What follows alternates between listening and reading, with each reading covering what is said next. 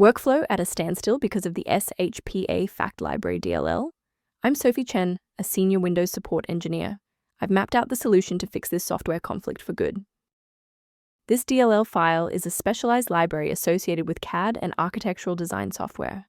It provides the logic needed for spatial factoring and shape manipulation within complex 2D and 3D technical drawing environments. With the explanation out of the way, let's refresh the affected files.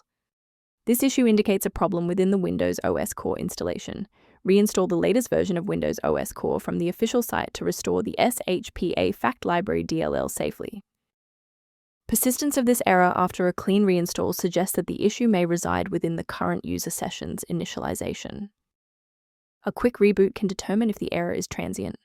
While it won't fix a deleted file, it can re-establish the connection between your software and the Shpafact library file if the path was temporarily busy.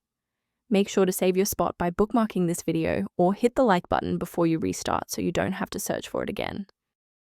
Beyond the repair, maintaining a secure workstation requires avoiding a few common technical mistakes.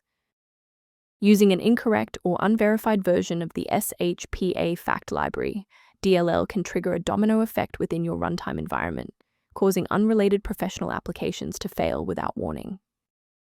For those who prefer a structured maintenance plan, you can access an official diagnostic resource at the link below.